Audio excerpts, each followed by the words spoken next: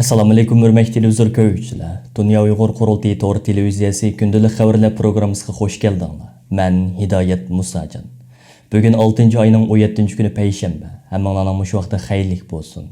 Aziz ko'ruvchilar, tuanda diqqatinglar bugungi xəvərlər proqramımızning tafsilotida bo'lsin. Dunya Uyghur Qurultiyining tashabbusi va Sharq Turkiston tashkilotlari hamkorlik munbirining o'rtaq qaroriga asosan Xalqaro Olimpik kuni munosabati bilan 6 oyning 23 kuni butun dunyo miqyosida 2022 yillik Beijing qishliq olimpik yig'iniga qarshi bir tutash holda keng ko'lamli norozilik namoyishlari elib beriladi. Bu munosabat bilan bugun Dunya Uyghur Qurultiyining raisi, Xalqaro vakolatsiz millatlar tashkilotining muavin raisi Dolqun Aysa afandim stansiyamiz orqali qaytadan safarbarlik nutqi e'lon qilib, chet ellarda yashayotgan Sharq Turkistonlik butun qarindoshlarimizni irqiy qirg'inchilik olimpikini boykot qilayli degan o'rtaq shior ostida 23-iyun elib beriladigan bir tutash namoyishga aktivlik bilan ishtirok qilishga chaqirdi. Assalomu alaykum aziz vatandaşlar. Biz Angliyadagi Uyg'ur sudg'i minishdan oldida ikki xalqaroliq harakat to'g'riliq bir qisqa video ishlab sizlarga safarbarlik nutqi so'zlagan. Buning birisi dunyoning har qaysi joylarida Volkswagen'ning oldida bir norozilik namoyishi o'tkazish 6 oyning 12 kunisi, yana birisi 6 oyning 23 kunisi Xalqaro Olimpik kuni munosabati bilan Xalqaro Olimpik komitetining oldida Lozanda va har qaysi davlatlardagi Milliy Olimpik komitetining oldida cho'ng ko'lamli bir xalqaroliq namoyish o'tkazish chaqirig'ini qilgan edik. Volkswagen'ning oldidagi namoyish hali ko'p davlatlarda elib berildi, ammo bu namoyishlar biz o'ylagandagidek, biz kutgandagidek necha ming insonning qatnashishi bilan o'tkazishni orzu qilgan bo'lsakmi, ammo xalqimizning texi uyqudan uyg'onmaganligiga shohid bo'ldikki, biz o'ylagan saviyada minglarcha insonning qatnashishi bilan o'tkazilmadi. Endi bugun bu munosabat bilan men ikkinchi bir videoni so'zlash majbur bo'ldik. Chunki oldimizga hafta, bir haftadan keyin Xalqaro Olimpik komitetining oldida va sayohat cheklimiz sababidan Olimpik komitetining oldiga kelolmaganligi uchun har qaysi davlatlardagi Milliy Olimpik komitetining oldida xalqaroliq bir cho'ng namoyish safarbarligi boshlanadi. Ammo bunga nisbatan yanada bir qism qarindoshlarimizning uxlayotganligi, bunga sal qarayotganligidek bir reallik bilan qarshi-qarshiga. Aziz yurtdoshlar, Londondagi Uyg'ur sudi muvaffaqiyatga o'tkazildi. Kayni-kaynidan xo'shallanarli xabarlarga erishyapmiz. Texi oldin kunsi Belgiya parlamentisi Uyg'ur irqiy qirg'inchiligini tonidi. Chex parlamentisi bu qirg'inchilikni tonidi. G7 yig'inida Uyg'ur masalasi muhim masala qatorida o'tirib qo'yildi. Bu biz bir qancha yil ilgari orzu qilgan, ammo qachon yetamiz deb orzu qilib, ammo buning uchun qachon amalga oshirganligini tasavvur qilolmaydigan yangiliklar edi. Demak, kayni-kaynidan dunyoviy qo'llash, desteklar bizga kayni-kaynidan kelyotdi.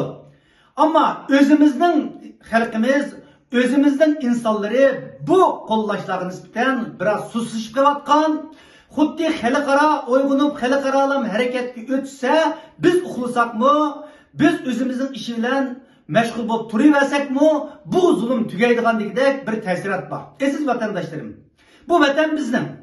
Kamplarda izilayotgan 3 milliondan ortiq inson bizning.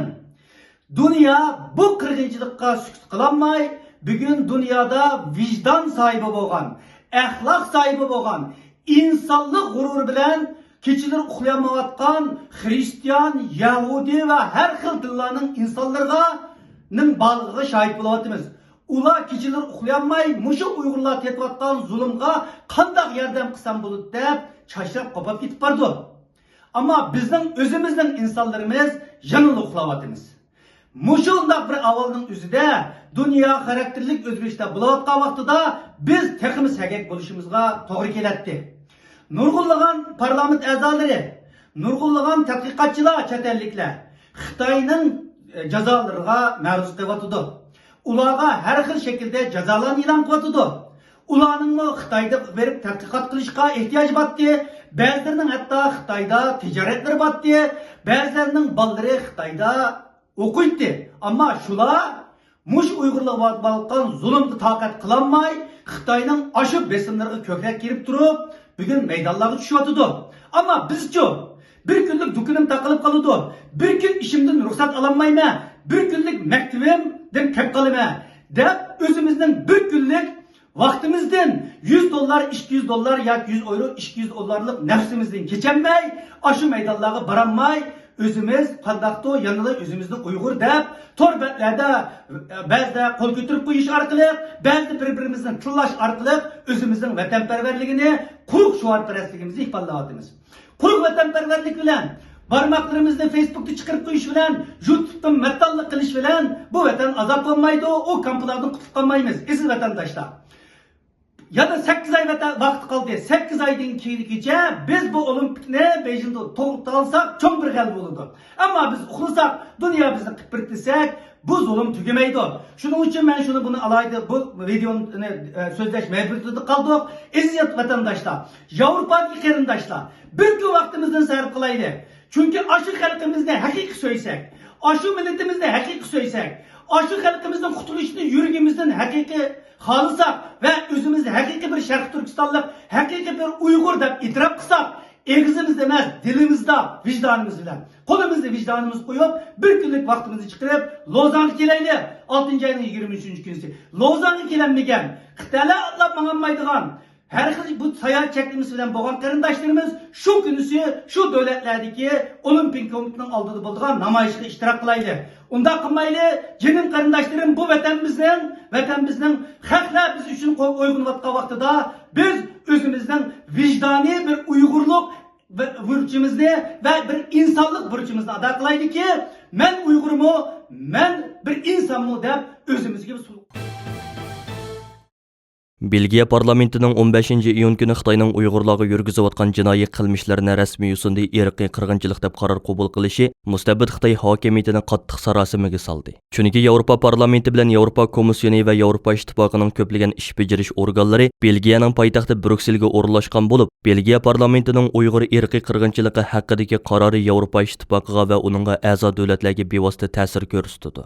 Xitoy Tashqi ishlar ministrligining bayonotchisi Jaulijan Belgiya parlamentining bu qarorga qarshi e'lon qilgan bayonotida yana konu muqomini to'lib, Belgiya parlamentining bu qarori Xinjiangning jamiyat muqimligiga buzg'unchilik qilganlik, Xitoyning taraqqiyotiga to'sqinlik qilganlik deb chalvoq qildi. Navbatda Gollandiyada istiqomat qilib turayotgan lager shoyida Qalbinur Sidi xonim Belgiya parlamentida Belgiya Yeshillar partiyasiga mansub parlament a'zosi Samuel Kogolati apandim tarafidan hozirlab sunilgan Uyg'ur irqiy qirg'inchiligini qabul qilish haqidagi qaror loyihasi jiddiy talash-tortish qilinayotgan mezgillarda ikki qitim Belgiya parlamentiga guvohlik berishga taklif qilingan edi. Bugun istansimizning maxsus ziyoratini qabul qilgan Qalbinur Sidi xonim Belgiya parlamentining qaroridan cheksiz mamnun bo'lganligini ifoda qilib mundoq dedi. 18 may seyşembe Belgiya parlamentida guvohlik berdim ve guvohlik oxirida bütün dünya halkıdan, cümleden Belgiya hükümetinden Uyg'urlarga yurgizayotgan bu qirg'inchilikni e'tirof qilishini va Xitoy hukumatining insoniyatga qarshi jinoyatiga amaliy tadbir qo'llanib, xalqimizni bu qirg'inchilikdan qutqizilishini talab qilgan edim. Mana uzun o'tmay, tunogin, ya'ni 15 iyun seshanba Belgiya parlamenti bu irqiy qirg'inchilikqa qaror verdi ve bunu e'tirof qildi. Bu biz barchamiz uchun bir xo'sh xabar. Men bu munosabat bilan Belgiya parlamenti va davlatiga cheksiz rahmatimni bildirman. Gerçi Belgiya hukumati kichik davlat bo'lgan bu o'lg'ini bilan, lekin Yevropa ittifoqining markaziy parlamenti dal mush Belgiya davlatida. Mush nuqtada aytgandimi, bu qarorning berilishi biz uchun intayin muhim ahamiyatga ega bir katta xo'sh xabar deb o'ylayman. Mush munosabat bilan uning atrofidagi boshqa qo'shni davlatlarmi tezroq mush qarorni berishini chin dilimdan umid qilaman. Yaqında Rossiya prezidenti Vladimir Putinning Amerikaning NBC televiziya kanalining muxbiri bilan o'tkazgan suhbati jarayonida Uyg'urlar haqida qilgan bayonlari Rossiya va O'rta Osiyo davlatlarining matbuotlarida intayin zo'r g'ulg'ula qo'zg'adi. Vladimir Putin mazkur televiziya kanali muxbirining Xitoy Xinjiangdagi oz sonli millatlarga qanday muomala qilyotidi degan savoliga mundoq deb javob bergan. Siz bilamsiz, men ba'zi Uyg'urlar bilan uchrashgan edim. Her qachanda markaziy doiralarni tanqid qiladigan odamlarni tepishga bo'ladi. Lekin men Xitoyda safarda bo'lganimda Uyg'urlar bilan uchrashdim.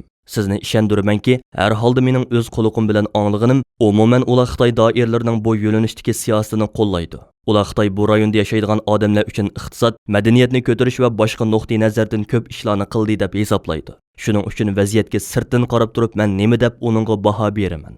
Muxbirning siz haqiqatan bilisizki ko'plagan Uyg'urlar mundaq demaydi ham Amerika tashqi ishlar ministri Xitoyni irqiy qirg'inchilikda ayblagan. Hozir million Uyg'ur yig'ilish lagerlarida yotadi. Shu vaziyat munosabati bilan siz sobiq Sovet ittifoqidagi musulmon ahliga qandoq yo'linish bergan bo'ladingiz degan savoliga Vladimir Putin mundaq deb javob qaytargan. Men Rossiyadagi musulmon ahli yo'nalishiga Rossiya doiralarining Rossiya Federatsiyasidagi musulmon ahliga qarata tutgan siyosati bilan javob bergan bo'ladim. Rossiya Islom konferensiyasi tashkilotida kuzatuvchi bo'lib hisoblanadi. Bizda pirsat jihatdan islom aholisi ortiqroq qo'dayman. Bu boshqa vatani yo'q Rossiya Federatsiyasining puhralaridir. Ular ilimiz taraqqiyotiga nihoyat cho'ng tuhfa qo'shmoqda. Bu odatdagi puhralarga, diniy arboblarga bog'liq. Men u yoqda nima bo'layotganligini tushunmay turib, Xitoydagi vaziyatga bo'la shu qatorliq puhralarimiz to'g'riliq so'zlashim va ular bilan aloqa bog'lashim kerakmi? Men shu qatorliq masalalarni davlat majlisida yoki Xitoy Xalq Jumhuriyatining tashqi ishlar ministrligida aniqlasanglar bo'ladi deb o'ylayman. Bu munosabat bilan bugun stansimizning telefon ziyoratini qabul qilgan Dunya Uyg'ur Qurultiyining bosh maslahatchisi, Qozog'istondagi elga to'nilgan jamoat arbobi va peshqadam milliy kurashchimiz Qahramon G'o'jambarda apandim bu vaqtdagi qarashlarini bayon qilib mundaq dedi. Vladimir Putin NBC muxbirining savoliga udul javob berishdan o'zini qochirib, asosan Rossiya musulmonlari to'g'riliq to'xtalgan. Bu yerdan mundaq xulosa chiqarishga bo'ladi.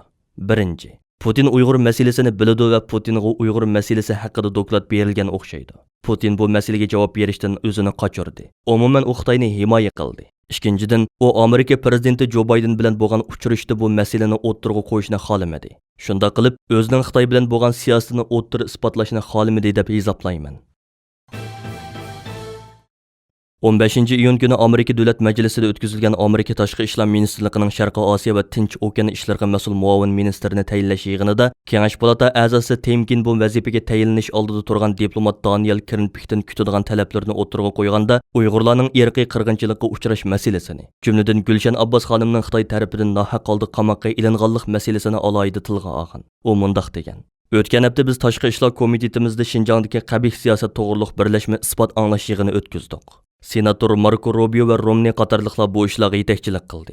Komitetimiz butun dunyodagi demokratiya va kishilik huquqni qo'g'dash xizmatini Sharqiy Osiyo ishlariga mas'ul sho'ba komitetimiz bilan birlikda ilib boradi. Biz guvohchilardan kuchlik isbotlarni angladik.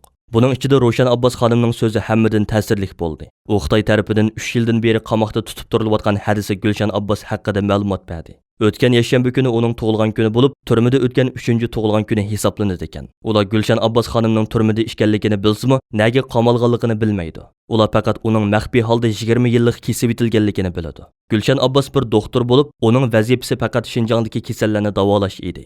Amerika mu tirishyotdi. Biroq dunyoning bu zo'ravonlikqa zarba berish tirishchanligi texi natija bermadi. Orqadilli senator Temkin muavin ministr nomzodi Daniel Keretinbergga bir komitet, bir hukumat, bir davlat bo'lib sifatimiz bilan biz qanday qilganda Xitoyga texmi kuchlik besim qilib, Xinjiangdagi Uyg'urlar va boshqa musulmonlarning ichinishlik turda ziyonkashlikka uchrashini oyoqlashtira olamiz deb savol qo'ygan. Daniel Keretinberg bu savolga javob berib, Davlat Majlisi Tashqi ishlar komitetining isbot anglash yig'iniga qatnashganda o'zining Ro'shan Abbos xonimning so'zidan ta'sirlanganligini, senator Temkinning fikriga tamoman qo'shiladiganligini, milliondan ortiq Uyg'urning lagerga qamalganligi va irqiy qirg'inchilikka uchrayotganligi kishini cho'chitadigan jinoyat ekanligini, buni to'xtatish uchun Tashqi ishlar komiteti bilan birlikda xizmat qiladiganligini, shundaqla Amerikaning 7 davlat ittifoqidagi ittifoqdoshlari, jumladan Yaponiya, Koreya, Hindiston, Avstraliya qatorliq 4 davlat birligi bilan birlikda harakat qiladiganligini bildirgan. Amerika Tashqi ishlar ministrligining muavin ministri, Sharqiy Osiyo va Tinch okean ishlari boshqarmasining boshlig'i vazifasiga tayinlangan Daniel Keretinberg 2017-yildan beri Amerikaning Vyetnamda turishliq bosh elchisi bo'lib kelayotgan diplomat bo'lib, bu yig'inda u Uyg'urlar duch kelgan irqiy qirg'inchilikni to'xtatish masalasida Amerika hukumatining kutgan talablarining huddisidan to'liq chiqadiganligi to'g'riliq va'da bergan. Kanada Sharqi Turkiston jamiyati Dunya Uyg'ur Qurultiyining chaqiriqiga qizg'in ovoz qo'shib, Xalqaro Olimpik kuni munosabati bilan 6-oyning 23-kuni butun dunyo miqyosida 2022-yillik Beijing qishliq olimpik yig'iniga qarshi bir tutash holda ilib beriladigan keng ko'lamlik norozilik namoyishi haqida Kanadadagi qarindoshlarimiz orasida umumiy safarbarlik boshlatdi. Kanada Şərq Türkistan Cəmiyyətinin rəisi Tuyğun Abduvali əpəndimnin bugün istansımızga bildirişçə, 23 iyun Xalqaro Olimpik günü Torontoda irqi qırğınçılıq olimpikini boykot qilayli degan o'rtaq şuar ostida zo'r ko'lamlik namoyish o'tkazildi. Hurmatli televizor ko'ruvchilar, bugungi xabarlar programmasini Kanada Şərq Türkistan birligining 23 iyun Dunya miqyosida elib beriladigan namoyish haqida hozirlab tarqatgan tövəndəki təşviqat film bilan oxirlashtirmoqchimiz.